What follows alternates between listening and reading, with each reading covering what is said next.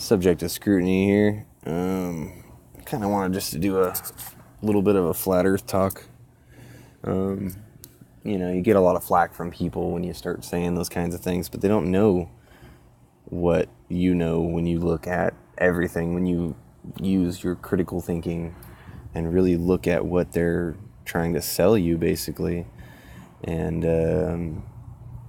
they're basically turning the whole flat earth talk into another way to divide and conquer. So if you're a flat earther, then you know what the deal is, basically. Everything proves it. You can look at the physics of water, you can look at the stars, you can look at the moon, you can look at the sun. This eclipse coming up is going to be very interesting, especially looking at all the articles right now where they're already priming and setting up for the what's going to happen. Basically, the people are coming from all over the world to record this to try to prove the Earth is flat.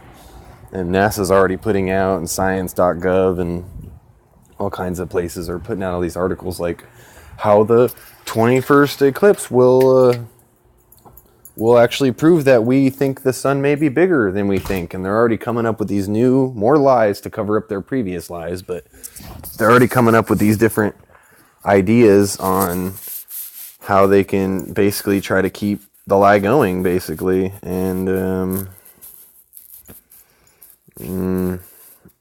if you're really wondering who is responsible, you can follow the money. I'm not going to say one way or another, but I have a pretty good idea of where it all comes from. This one I thought was great. The fathers of science. How does the Earth's non-vacuum meet with the vacuum of space? And it says, neither do we. It says, do you know how? Neither do we. No, we don't. I do. There's a dome. There's a real dome, and there is no vacuum. It's water. And if you look at real footage of real stars with a Nikon P900 and a $5,000 scope, you can easily see that the stars are not rocks. They're lights. And there's all these interesting videos online you can look up where it shows several different people, talking about it, saying it. And then that brings me to another thing. You know how rainbows work, right? The light refracts. Why is it a dome? It goes from one side straight to the other. Rainbows are another proof, in my opinion. Otherwise, it'd be a straight line. But they try to use this as proof that the Earth is round. So, but look at that horizon. Flat. So,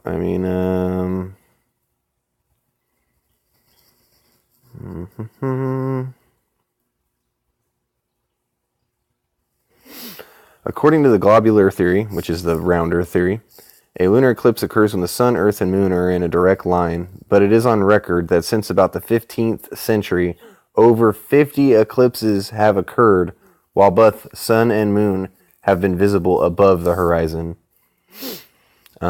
And you can look that up. It's a quote from F.H. Cook in his book, The Terrestrial Plane. Let's get back to some more flat earth stuff.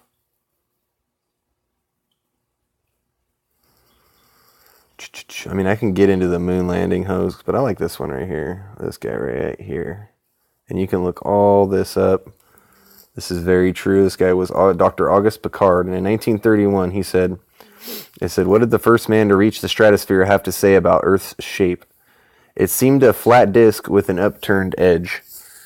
And if you watch, there's a video, it's a commercial, I don't know if it's Red Bull or something, but they recreate this. They have a big metal ball and balloons, and it's flying through the air, and then out of nowhere it just bursts through this ceiling. It almost looks like it bursts through a glass ceiling. And that's been mentioned by many politicians, the whole glass ceiling thing. But when it hits the glass ceiling, it looks like the ball got dropped into water and they just flipped the film over. But I thought it was just really powerful how they put, truth in truth in music and movies and TV and lies in the news and newspapers and other media outlets that are supposed to be honest. And that's the law of inversion. That's the whole Satanist angle there. I mean, I'm not going to get too deep into that. But this is how I feel right here. Tell me again why I'm trying to disprove something that has never been proven, ever. Nothing has been proven. All it is everyone's believing the fake NASA pictures. And I can go on and on about the NASA pictures, but I'm not going to get that deep. And then I put this one online. And, I mean, this is pretty self-explanatory here. It says airplanes thrust pushes off air. Submarines push off water.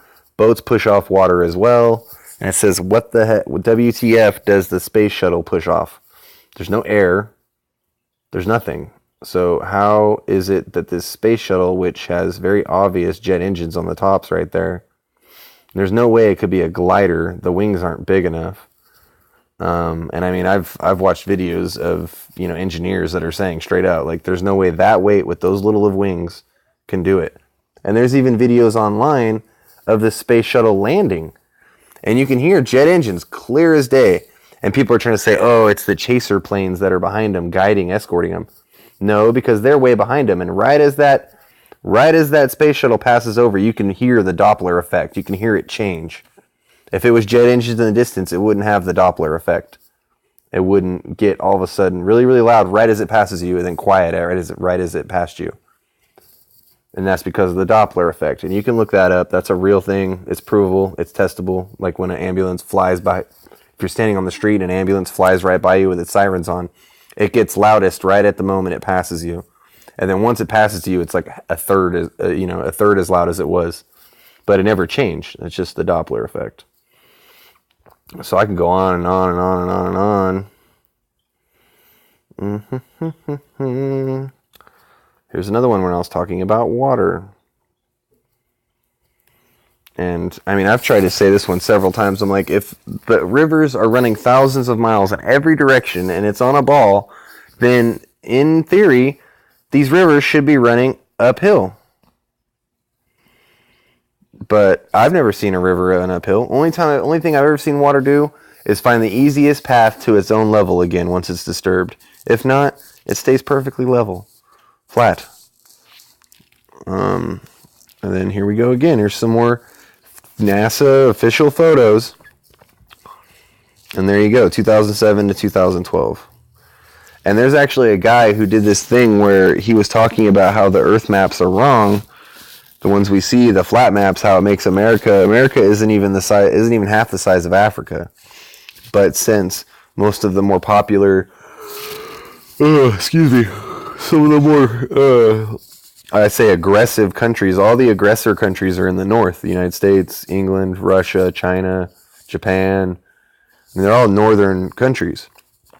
There are no dominant southern countries, and that's kind of weird.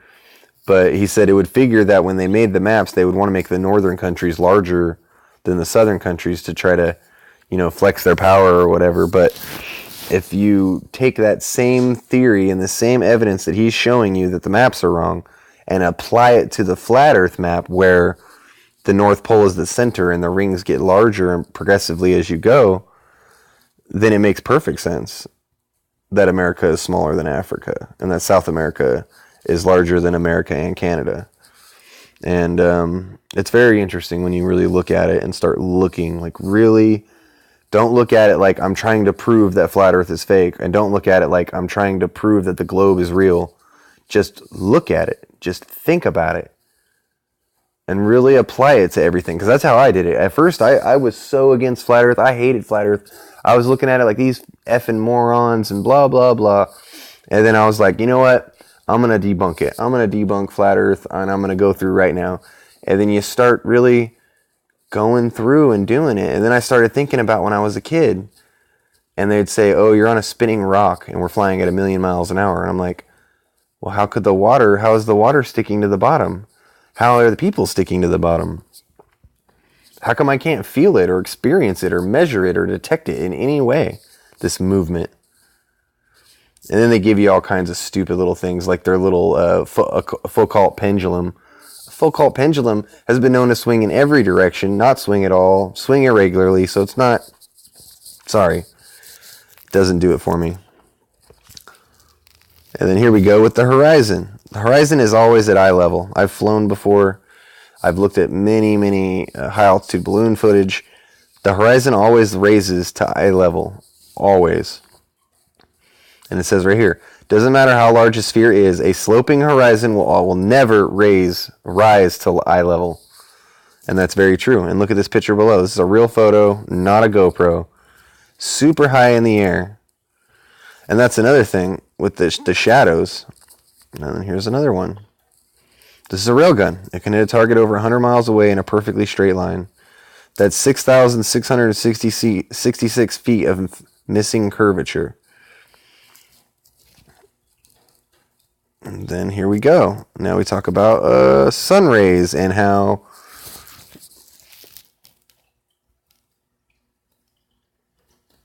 looks like they forgot about the sun's rays on the tilt, but then you put it on this flat Earth map and it makes perfect sense.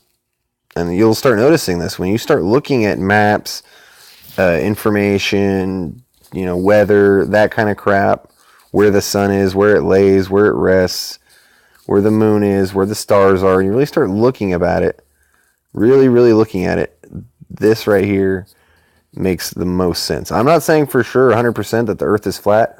All I'm saying is all the data that I've seen, I believe that it is the strongest theory that we currently have.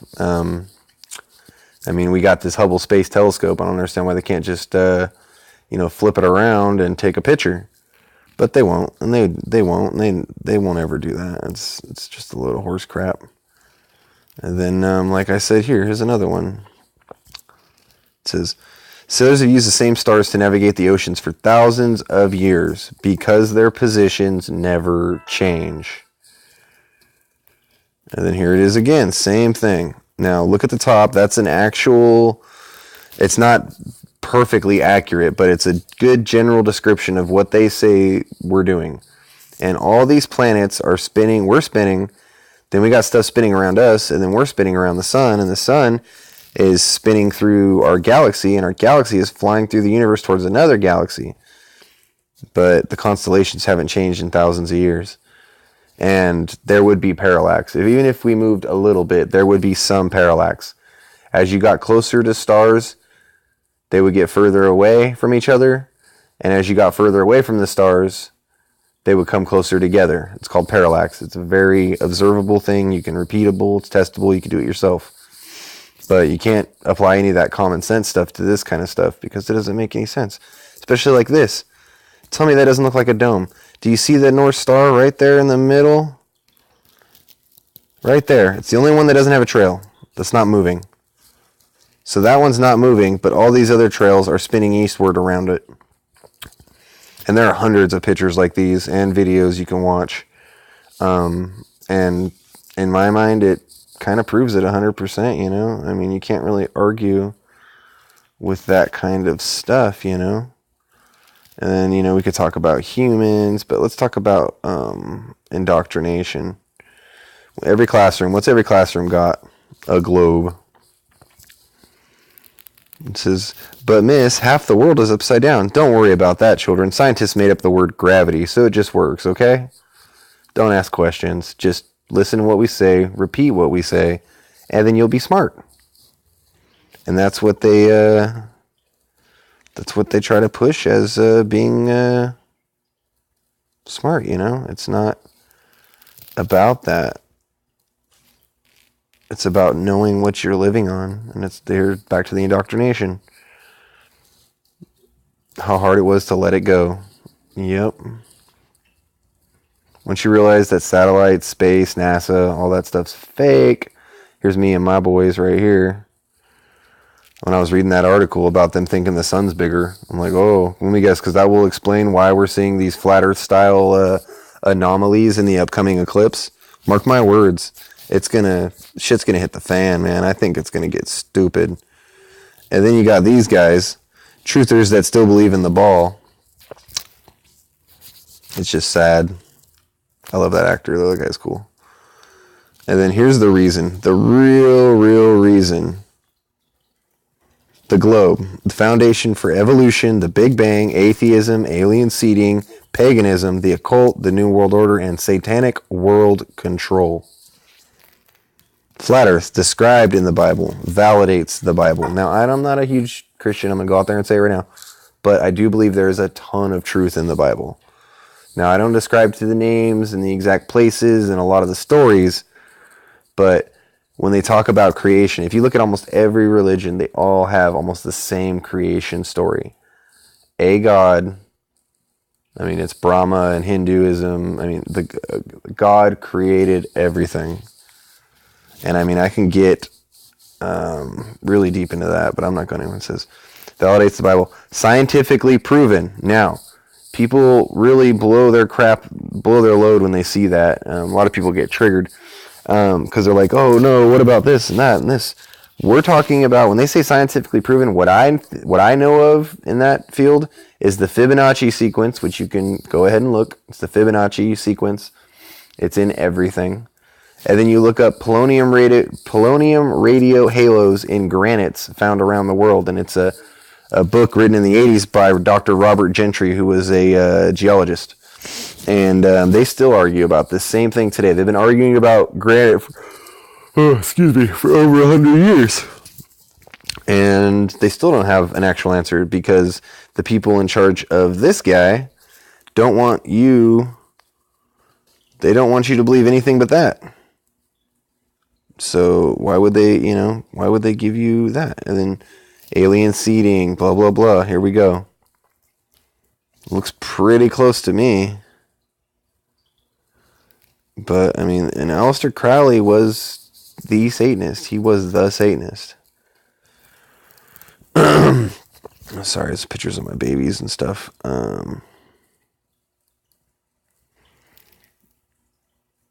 Here we go about the horizon again.